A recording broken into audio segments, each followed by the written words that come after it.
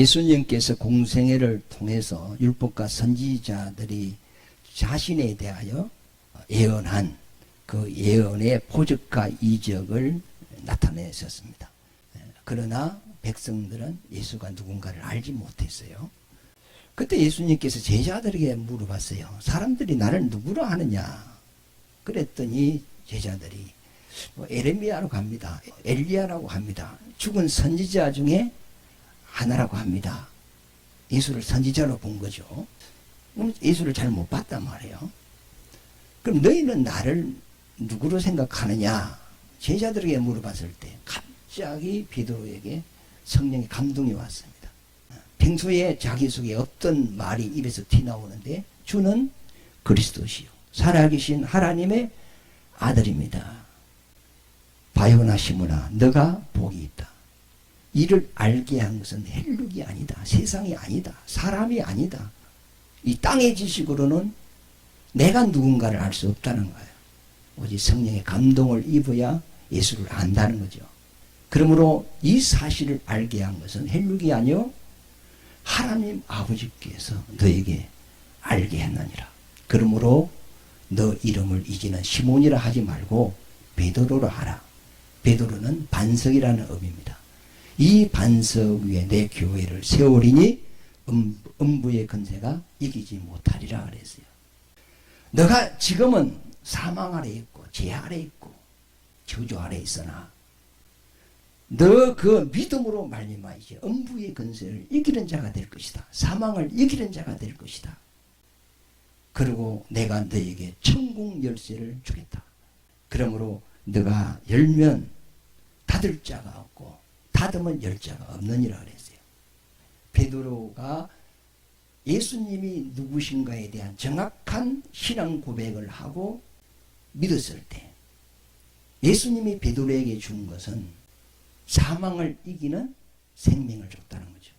그리고 천국 열쇠를 줬어. 그러면 열쇠가 있으니까 자기도 들어가고 또 남에게도 그 천국 문을 열어줄 수도 있고 닫을 수도 있고 그러는 거예요.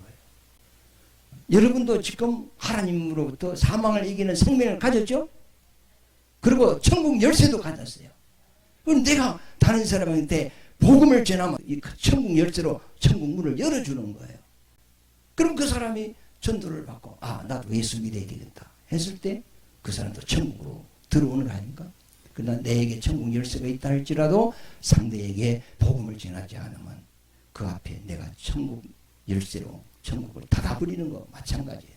내 안에 있는 이 복음을 내 부모에게 전하지 않으면 내 부모에게 천국 문을 내가 안 열어주는 것이고 내 사랑하는 자녀에게 복음을 전하지 않으면 그 자녀가 천국 들어갈 수 있는 문을 내가 열어주지 않는 거예요. 그러나 내 부모에게, 내 남편에게, 내 자녀에게, 내 친구에게, 내 이웃에게 복음을 전할 때 내가 그들 앞에 천국 문을 열어주는 겁니다. 여러분 주께 받은 이 천국 열쇠를 사용하시기를 바랍니다. 지금도 마찬가지요. 우리가 예수를 누구로 보느냐 했을 때 주는 그리스도시요 살아계신 하나님의 아들입니다. 이게 어순이 반대로 됐거든요. 당신은 하나님의 아들입니다. 아들이라는 말은 아버지께서 왔을 때 아들이 되는 거예요. 내 안에 생명이 있죠. 이 생명이 내 밖으로 나오면 아들이 되는 거예요. 그럼 내 안에 있으면 아들이라 안 해요. 그러면 내가 나에게서 아들이 태어나면 나는 반대로 아버지가 되는 거예요. 그래서 예수님을 하나님의 아들이라는 말은 아버지로부터 오신 분이라는 거예요. 그럼 왜 왔느냐? 그분이 해야 될 사역이 있어요. 그 사역이 그리스도라 그랬어요. 그리스도라는 말은 헬라어로 기름 부음을 받은 자다. 그러면 성경 구역에서 하나님께서 기름을 부어서 세운 자는 제사장, 선지자, 왕 이 세 가지입니다. 예수님은 이 세 사역을 이 땅에서 해야 됩니다. 그분은 제사장으로서 우리 죄를 사하여 주셨습니다. 선지자로서 우리에게 천국 복음을 주고 영원한 생명을 주셨습니다. 그리고 구원받은 자들의 왕이 되시는 겁니다. 구원받은 사람들의 주가 되고 하나님이 되는 겁니다.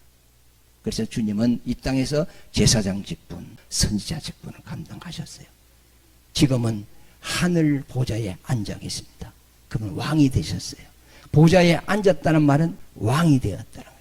그분이 재림할 때는 이제는 목자로 안 와요. 구원자로 안 옵니다. 왕으로 오는 겁니다. 그때 우리가 그분을 맞이하게 되는 겁니다. 그래서 지금 우리의 신앙 고백이 주는 하나님의 아들이시오, 우리를 구원하셨고 우리에게 영원한 생명을 주셨고 우리의 하나님이십니다. 이렇게 고백을 하는 거예요. 그래서 예수님이 제자들에게 너희들은 나를 누구라 하느냐 했을 때 베드로가 신앙 고백을 제대로 했어요. 그래서 예수님 기분이 좋았어. 그러고 난 이후에 지금까지 제자들에게 처음으로 예수님이 자기 죽음에 대하여 말씀을 하십니다. 마태복음 16장부터 예수님이 자기 죽음에 대해서 제자들에게 가르치거든요. 내가 이후에 얼마 안 돼서 예루살렘에 올라가서 대제사장과 장로와 서기관들에게 붙잡혀서 죽을 것이다. 그러나 죽은 자 가운데서 3일 만에 다시 살아날 것이다 그랬어요. 그 말을 제자들이 듣고 충격을 받았어요. 예수는 나이가 33살 아주 젊은 청년입니다. 그런데 지금 예수님이 안진뱅이를 일으키고 벙어리를 말을 하게 하고 기머거리 듣게 하고 죽은 자를 살리고 바다를 걷기도 하고 떡 5개로 5,000명을 먹이고 12바구니를 남기고 그래요. 예수님이 가면 막 많은 사람들이 수만 명이 주님을 따른단 말이에요. 지금 당장이라도 내가 왕이 되겠다 하면 예수님은 바로 왕이 될 뿐이에요. 그럼 제자들도 예수님의 인기가 좋으니까 예수를 따라다니는 그것이 재미가 있었어요. 왜? 나중에 한 자리도 할 수 있거든. 그런데 갑자기 모든 것이 다 좋은 상황인데 내가 죽어야 하리라 하니까 베드로가 충격을 받은 거죠. 만약에 베드로에게 성령의 감동이 있었다면 예수님이 내가 죽어야 하리라 했을 때 주님 감사합니다. 우리 인생들이 죄를 지어서 이제 사망 아래 놓여있고 영원한 멸망을 받아야 되는데 우리를 구원하시기 위하여 자기의 본체를 벗고 사람의 몸을 입고 이 땅에 오셔서 우리 죄를 대신 지고 우리 죄를 십자가에서 이렇게 해결해 주시니 감사합니다. 주님이 십자가를 지심으로 우리가 죄에서 노임을 받고 구원을 받을 수 있게 되었습니다. 하면서 그 은혜에 눈물로 감사를 해야 됩니다. 예수님이 죽는다는 그 말에 감사를 해야 된단 말이에요. 그러나 성령의 감동이 없이 인간의 생각으로 자기 스승이 죽는다니까 충격을 받고 주여 그리하지 마옵소서 예수의 죽음을 가로막았단 말이에요. 예수님께서는 이렇게 말씀하셨어요. 내가 죽을 것이다. 그러나 3일 만에 살아날 것이다 이렇게 말씀하셨잖아요. 그런데 베드로 귀에 들리는 것은 살아난다는 말보다 죽는다는 말이 더 자기에게 충격적으로 들어왔어요. 만약에 예수님이 다시 살아난다는 그 말씀이 자기에게 더 어필이 되었다면 질문을 했을 겁니다. 예수님 왜 죽어야 됩니까? 그리고 왜 살아나야 합니까? 죽었다가 살아날 것 같으면 처음부터 안 죽으면 안 되겠습니까? 죽어야 되는 이유가 목적이 무엇입니까? 베드로가 이렇게 질문을 내시면 좋았을 거 아닙니까? 그러나 베드로는 그 주님의 말씀을 뭘로 들었냐면 죽어야 된다는 그 말이 강하게 자기 속에 들어와 버렸어요. 자 보세요. 다른 사람이 나에게 아주 잘했어요. 잘했는데 한 가지 잘못했어. 그러면 지금까지 잘했던 것은 기억이 안 나고 잘못한 것만 내게 상처로 남고 그 사람하고 관계가 안 좋아진단 말이에요. 어떤 사람은 상대에게서 장점만 보는 사람이 있습니다. 좋은 면만 보는 사람이 있고 어떤 사람은 좋은 면도 있지만 안 좋은 것을 더 잘 보는 사람이 있어요. 우리 사람은 재성을 가졌기 때문에 상대에게 좋은 게 잘 보입니까? 안 좋은 게 잘 보입니까? 안 좋은 게 잘 보이지. 내 안경이 새까매면 모두 새까만 게 더 잘 보여요. 그게 죄인의 특성이거든요. 그런데 베드로가 주님의 말씀을 듣고 내가 죽어야 하리라. 그러나 3일 만에 다시 살아날 것이다 했을 때 예수님은 죽음을 이기고 다시 살아나시네. 이게 자기에게 믿음이 돼야 되는데, 살아난다는 말은 귀에 안 들렸고 죽는다는 이 말만 들린 거예요. 그러니까 베드로가 하는 말이 주여 죽지 마소서. 강건하여 죽음을 막았다 그랬거든요. 21절부터 시작. 이때로부터 예수 그리스도께서 자기가 예루살렘에 올라가 장로들과 대제사장들과, 왜 예루살렘에 올라가서 죽어야 되냐면 유다 쪽에 올라가야 예루살렘 성전이 있지 않습니까? 성전에서는 뭐 잡는 거죠? 양 잡는 것입니다. 잡아서 하나님께 희생 제물을 드리는 것이 성전이란 말이에요.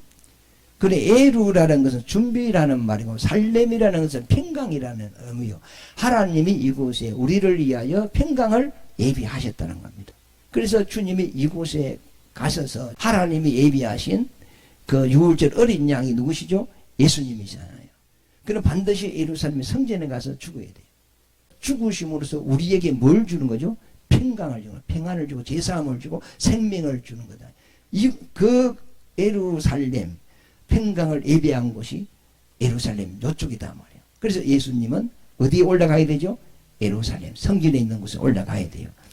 그 하나님의 성전이 이스라엘의 중심인데 그곳에 보면 종교 지도자들이 다 모여 있어요. 힘 있는 사람들이 다 모여 있어요. 그들이 누구죠? 장로들과 대제사장들과 서기관들에게 많은 고난을 받는다. 서기관은 성경을 해석하는 사람이죠. 그리고 예수님의 지금까지 가르친 것을 율법적으로 잘못되었다, 이단이다, 규정을 해버리는 거죠. 그러면 신성을 모독을 하시면 죽여야 되잖아요. 그럼 양을 죽이는 자는 대제사장이 죽여야 돼요. 그러니까 장로들과 대제사장들과 서기관들에게 많은 고난을 받고 채찍에 맞고 막 침뱉음을 당하고 뺨을 맞고 막 엄청난 고문을 당했지 않습니까? 그리고 십자가에서 죽임을 당하고 제3일에 살아나야 할 것을 제자들에게 비로소 가르치니 15장까지는 죽음에 대한 이야기가 없어요.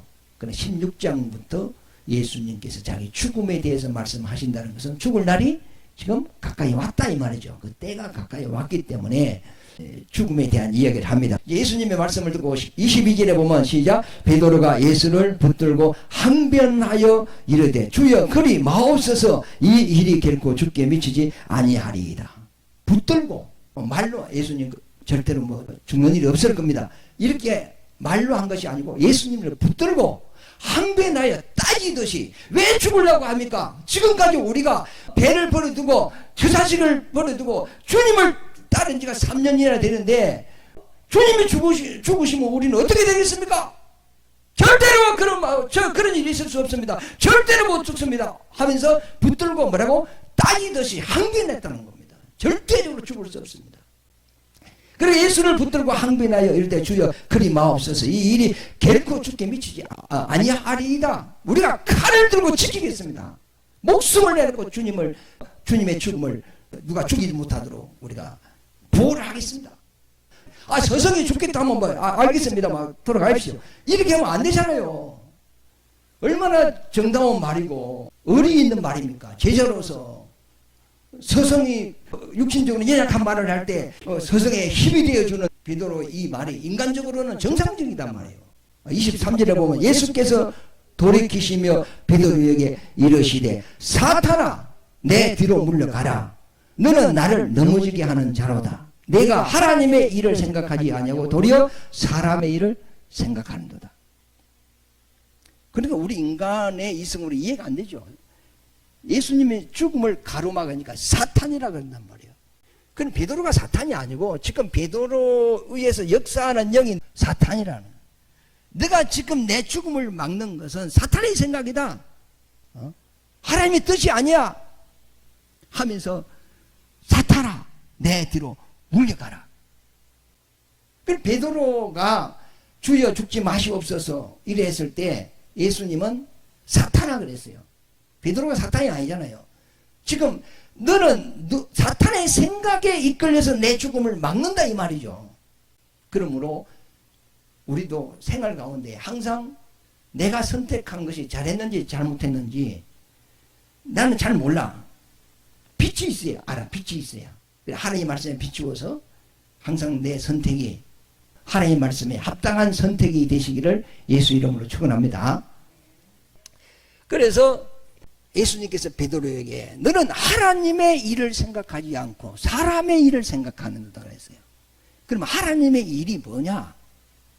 예수님은 하나님의 뜻을 행하러 오셨거든요. 하나님의 뜻은 인생을 죄에서 구원하는 거단 말이에요.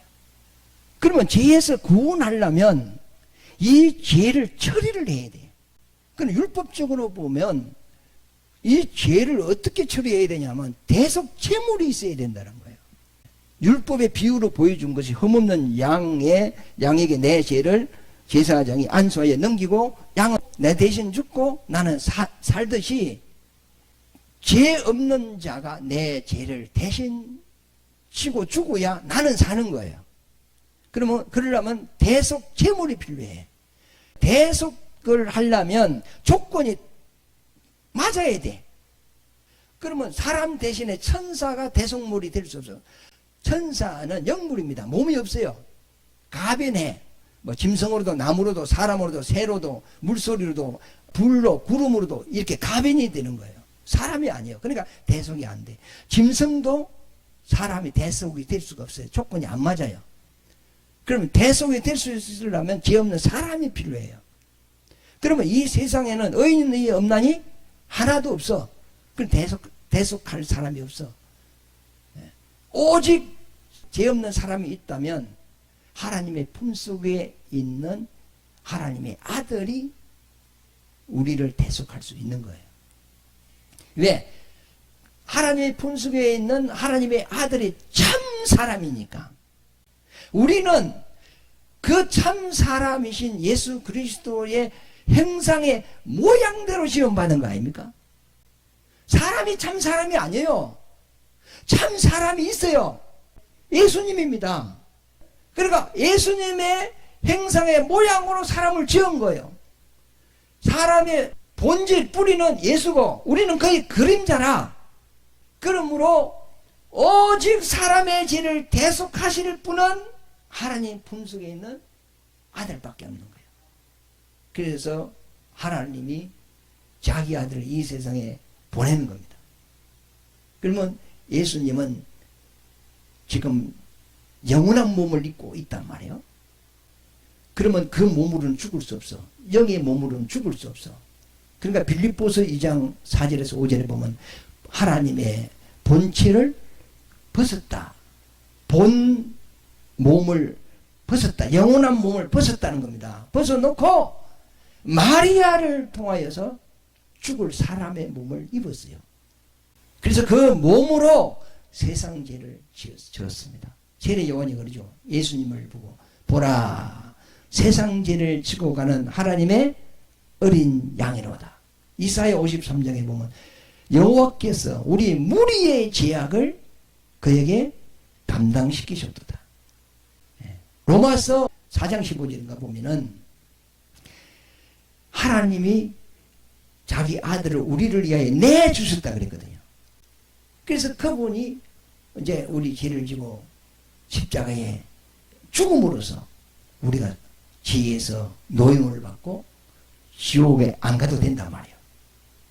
그래서 예수님은 전 인류를 구원하시기 위하여 이제 예루살렘에 오래 죽어야 되는데 그 예수님이 죽는 것은 하나님의 뜻이죠. 그 길을 베드로가 막는 거야. 주여 죽지 마시옵소서. 절대로 이런 일이 주님께 미치지 아니하리이다. 예수님께 사탄아 물러가라. 너는 하나님의 일을 생각하지 않고 사람의 일을 생각하는 거다. 바로 예수의 죽음을 막는 것은 사탄이다. 자, 예수님이 십자가에 달렸어요. 밑에 군병들이 너가 하나님의 아들이면 내려와봐라. 그럼 우리가 믿겠다. 예수님이 십자가에 달려서 얼마나 힘들겠어요. 그럴까? 내려가볼까? 다 내려와 버리면 우리가 구원받아 못 받아? 못 받는 거지. 그러니까 예수님 십자가 지고 골고다로 올라가는데 이스라엘 여인들은 막 아이고 울고 막 야단이나. 그러니까 예수님께서 나를 위하여 울지 마라. 내가 십자가를 지고 지금 골고다로 올라가서 죽는 것은 너희에게는 엄청난 하나님의 복이단 말이에요. 그 죽음을 막는 것. 그 사탄의 일, 하나님의 일을 가로막는 거예요. 우리는 예수님이 십자가 진 것은 감사해서 눈물을 흘려야 됩니다. 예수님이 불쌍해서 울면 됩니까? 안 됩니까? 안 됩니다. 감사해서 나 같은 죄인을 구원해 주시기 위하여 십자가를 지시고 피 흘려 주시고 못 박히시고 천지를 창조하신 하나님이 그 영광을 벗어놓고 사람의 몸을 입고 오셔서 자기가 지은 사람들에게 침뱉음을 당하고 멸시천대를 받고 채찍에 맞고 죽음을 당했단 말이에요. 그러면서까지도 우리를 사랑해 주신 거예요.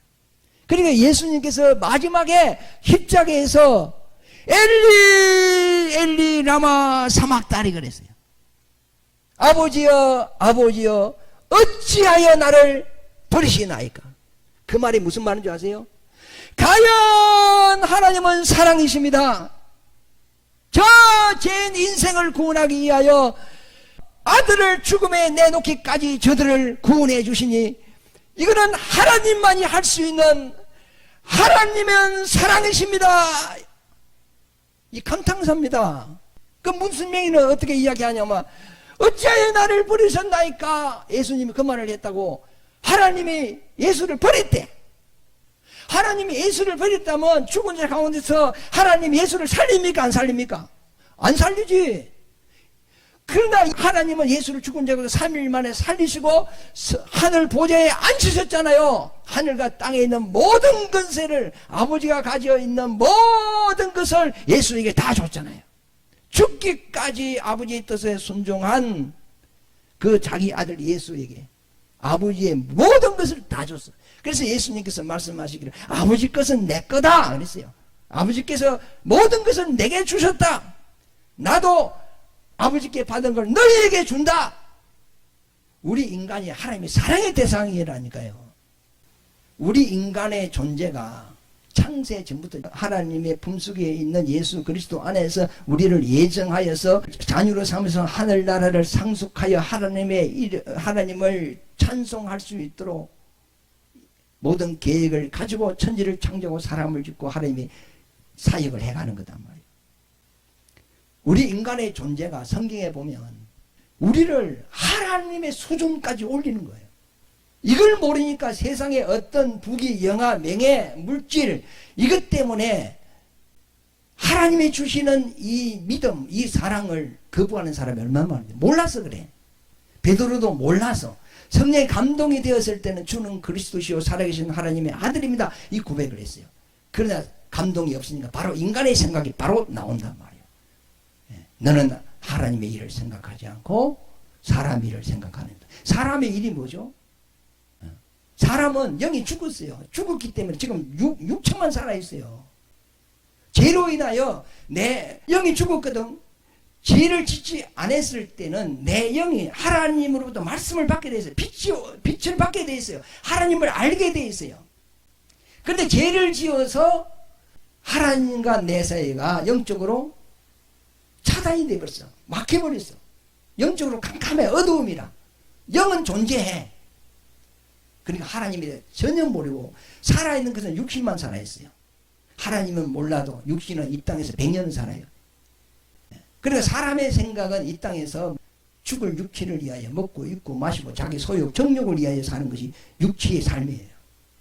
자, 이 세상 사람들 뭘 위하여 삽니까? 육신을 위해 사는지요. 그럼 열심히 사는데 마지막에는 죽어버려요. 이 육신은 하나님 몰라도 100년은 살 수 있어요. 그런데 육신은 세상의 지식으로 살아요.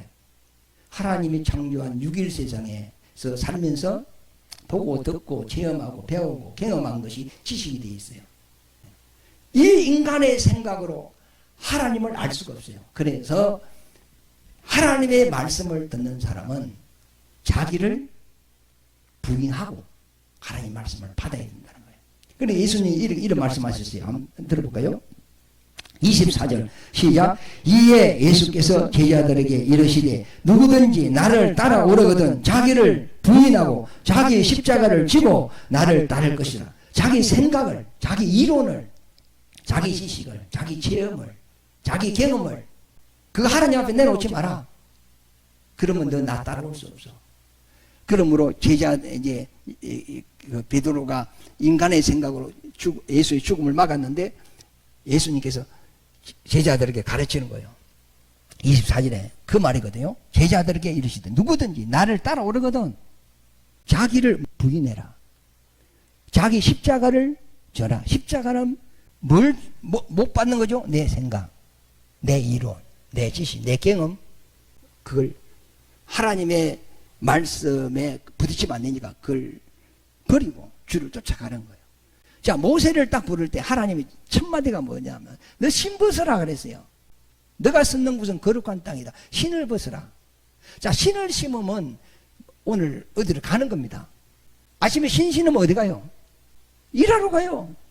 이제 집에 오면 뭐 벗어요? 신을 벗는 거예요. 신을 벗으라는 것은 너 생각을 내려놔라. 그러면 내가 너에게 말씀을 주겠다. 그리고 여호수아에게도 그러죠.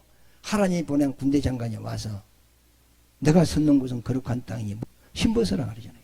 신을 딱 벗으니까 하나님께서 말씀을 준단 말이에요.